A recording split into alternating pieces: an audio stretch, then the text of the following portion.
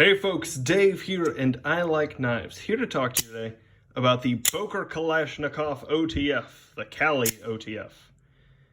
But first, exactly how big is this thing? Here we have the Boker Kalashnikov OTF beside the Ontario Rat Model 1 and Model 2. Here it is beside the Spyderco Endura and Delica, the Spyderco PM2 and Para 3, the Benchmade Griptilian and Mini Grip. Do I do too many of these? I feel like I edit them pretty quickly. And finally, with some other scary blacked out automatic knives. The Gerber 06, the ProTech Strider, the thing that we're talking about. The other Kalashnikov, so these two are technically cousins, as well as the Kershaw Launch 1. So this is the Boker Automat Kalashnikov. It's the Boker Kali OTF. And this thing caught me off guard when I first heard about it. It is designed by Boker and manufactured by Cobra Tech. Just so you know, in my Reddit conversations based on this thing, I came across some people with some pretty specific and negative opinions of Cobra Tech. Knowing nothing about their wider catalog, this is the only thing that I know produced by Cobra Tech. So as far as overall quality goes, it's pretty solid. We're talking about a $100 OTF. It's not going to be a Microtech, but we'll get into that. Because there's a lot of gold here. There's a little bit of garbage too. Let's get into it. First and foremost, this thing is simple. An OTF is literally the simplest, not internal mechanism, but it's the simplest operation possible, right? If you're in a situation, in an environment where you need quick access to a knife, and I'm not talking about like tactical or self-defense operations, though fine, whatever. Just in your job, you need to open a box. You know, Spidey thumb hole, you know, maybe you get in there, flick it, you can open it pretty quick, but it requires the more delicate parts of your hand to operate. Even a push button auto, next best thing, hit the button, the blade appears, but to put it back, it's a complicated motion, like you're still incorporating other parts of your hand. OTF, boom, boom, that's it. Internally, I disassembled this thing a long time ago.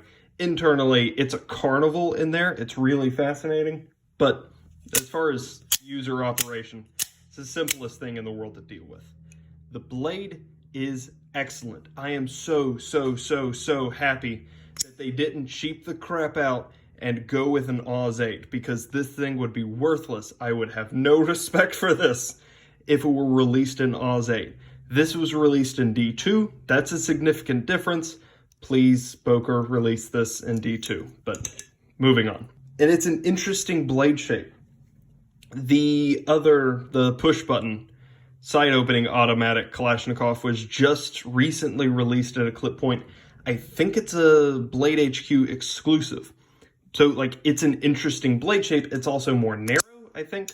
Yeah, it's more narrow than an actual Kalashnikov profile. It's a little bit thinner at just 0.1 inches. It's 3.5 inches long, giving you plenty of blade, plenty of knife, nice and thin, good materials. It's solid. I got no real complaints about the blade.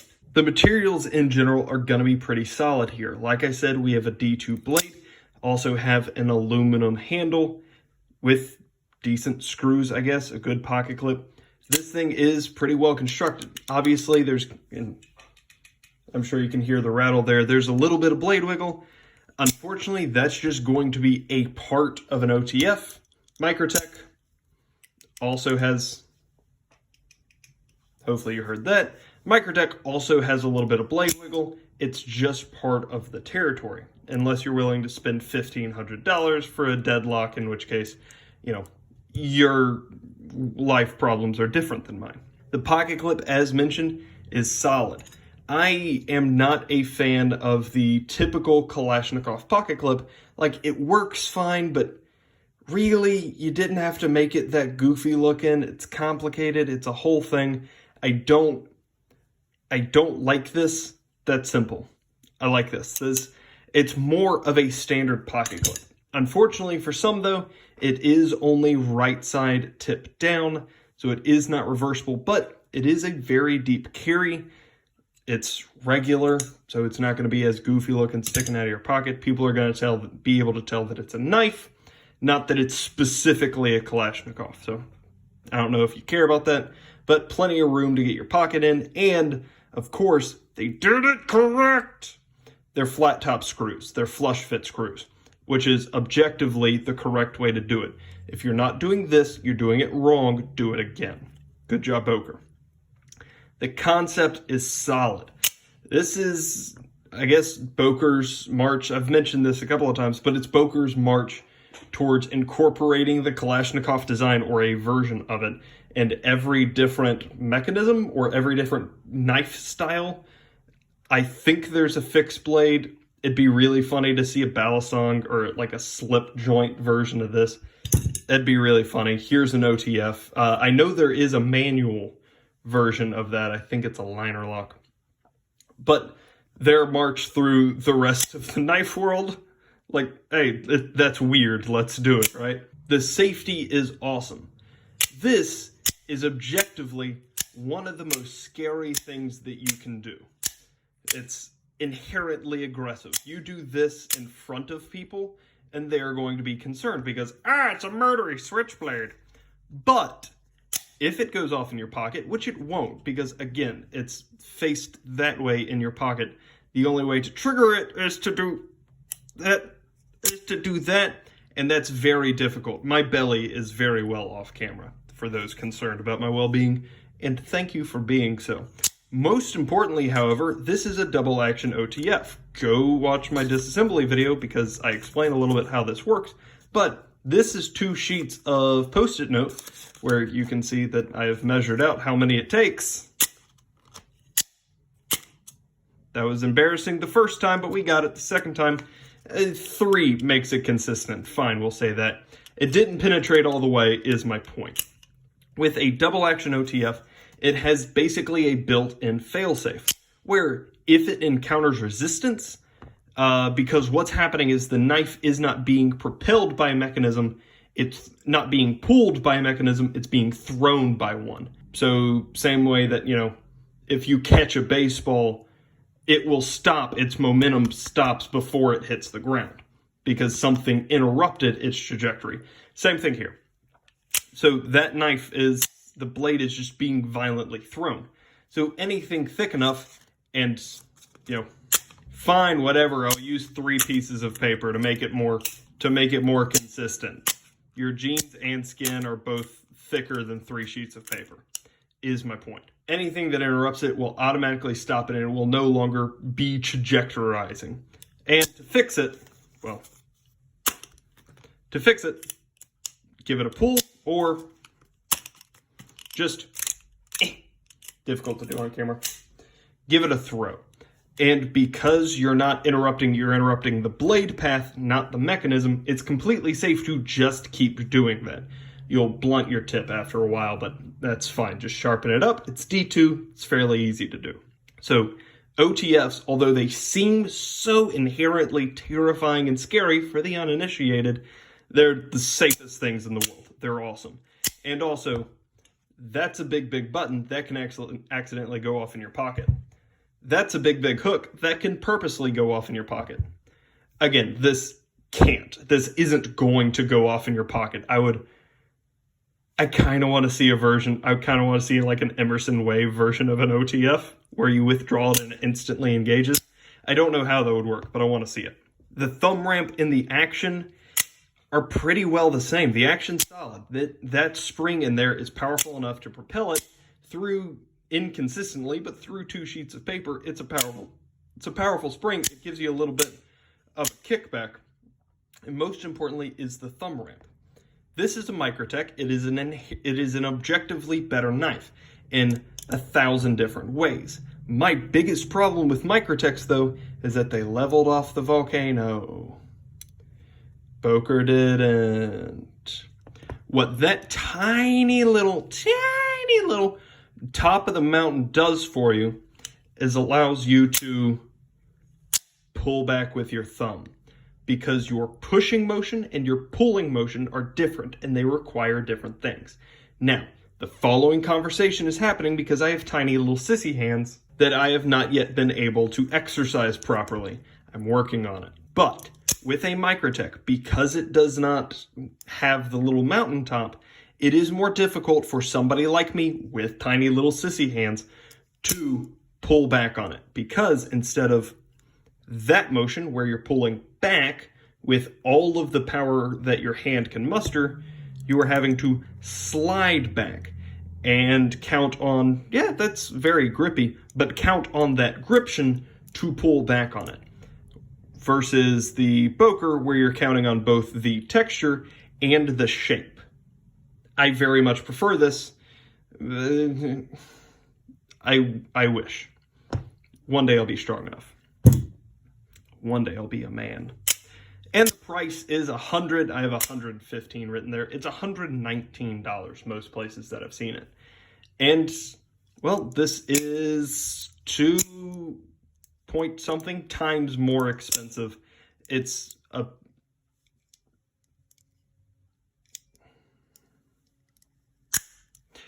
better made knife. Part I don't like.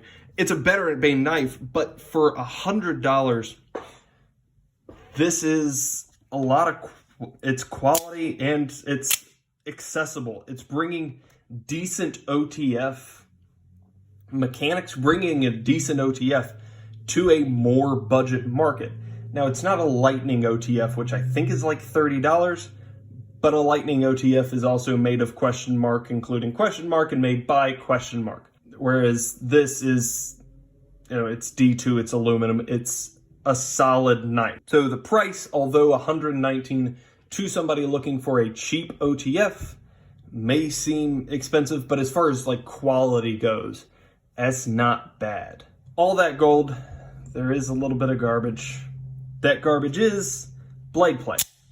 Yeah, all OTFs have blade play. This has a little bit more than the Ultratech, by the way, is the only other OTF that I own, so it's my biggest point of comparison. And this has a little bit more blade play than that one does. The unevenness. Again, this is something that is normal for OTFs, but it's not something that I like. You can tell that the blade hole is a little bit off-center on the Microtech. You can see that it's really off-center on the Boker. I prefer that it be dead center, but it doesn't really interfere with your usage of it. It's just I don't like that image thing. And that image is more off-center than the Microtech. Literally does not matter, just something to keep in mind if you're weird about weird things. The grind line, it's still a budget knife made by a budget company. And yeah, they're gonna miss some grind lines. The sharpening choil isn't gonna be as deep as I would prefer. Not all of the QC is gonna go perfect on the blade, so there are some sacrifices to that. I really don't like that. They almost missed the sharpening choil and very, very nearly did. The handle is a hassle because this is a 3.5 inch blade. It's a 5-inch handle. This is a ZT620. It's one of my favorite ZTs. And it has a knife that is 3.75 inches and 4.75, and a handle that is 4.75 inches. Its blade is bigger, its handle is smaller. Again, there's a part of this unevenness that will be coming with OTFs. However, that blade is the same size, that handle is much, much smaller. Now, a Troodon, would be about this size, a Troodon, whatever. The handle would be about this size, but just your regular Ultratech, the blade is the same size, the handle is significantly smaller. I don't like things that are this, I believe in ratios, and this is a bad ratio. It's a good knife, it's a bad ratio. Part of it is just to make it bigger, to make it fit in your hands better, and keeping on with the regular Kalashnikov, I do like that these bumps are not as pronounced as they are on the regular Kalashnikov. However, these finger grips, you got to know what you're getting your hands on before you get into it. That's going to be a very distinctive and very polarizing aspect of this knife. If you don't like very positive handles, very, your fingers go here, you don't have a choice kind of handles, that's what you're dealing with. I do like that they have little pinch pads, is kind of how I interpret that. You see that on some Tops knives now. The Benchmade Hunt redesigns have some of these where like the handle is narrowed so that you can get in for the delicate cuts. These aren't narrowed at all. They just have the appearance, which is kind of goofy looking, but it's interesting. The size, of course, is going to be weird, like I said. And my biggest issue with this, honestly, my biggest problem with this knife is that, and the thing that has most affected me personally, is that these 6 screws do not come with Loctite, do not come with any Loctite. Go watch my disassembly. The first time I wore this like a couple of weekends, kind of feeling it out. I have a new knife, I want to play with it. But the first day that I tried to take this to work, I was running a little behind. I didn't really have time for details. I go to put this in my pocket and something hits my finger. What happened? One of the screws had just popped out and fell on the floor while I was trying to put this in the pocket. I toss it back on the desk, grab something else out of the box and run.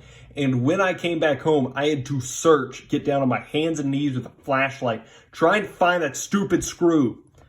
Now, red Loctite is bad. Don't do that. You're a bad person if you put red Loctite, especially on pivots. Blue Loctite is your friend. Blue Loctite will do fine. And it should have been used here, and it's an embarrassment that it wasn't. How many people are going to buy this knife, have one of the screws just pop out, because that's a QC thing that can happen apparently, and not know what's going on, or not have the tools to fix it? Now they have a knife that is 5/6 put together until the next one falls out. Luckily, these 6 screws are T8. They are not T6. They're big. They're big boys. They're well made. Good job, Boker. Screw your stuff in and make sure it stays there. Not forever, but like until you want to intentionally remove it. Do better. Small point on design. I like that back here it's a little bit criptured so that you can, use that to seat it in the palm of your hand and use it as a little traction point. Just gives you a little bit more leverage over the knife in general. Overall, final conclusions kind of stuff. I really like this thing. I am so excited that this exists and that I have it, because in my line of work, this is perfect. And I'm just now getting to kind of explore, because this is the first OTF that I've really been able to get down and use and carry consistently. I have always kind of viewed OTFs as a toy is the wrong word, but as a novelty item. And now is kind of my first experience of being able to actually use it and carry it and be able to respect it for the tool that it is. Knives are not inherently scary, not inherently murdery weapons just because of the mechanism that they are. Some of them are more intentionally close to that, but a knife is a tool. Even a butterfly knife, even a balisong, which I still view with a layer of toyish novelty because I don't have familiarity. What I'm saying is that I have been cured of that sense with an OTF.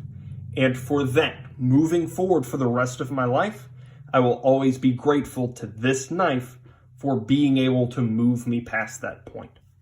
Good job, Boker. You made a good thing. Now go back and make all of your other knives, all of them, available in D2. It's very simple. Folks, that's all I got. If you have any questions, comments, concerns, or suggestions, let me know down below. And other than that, y'all have a great day.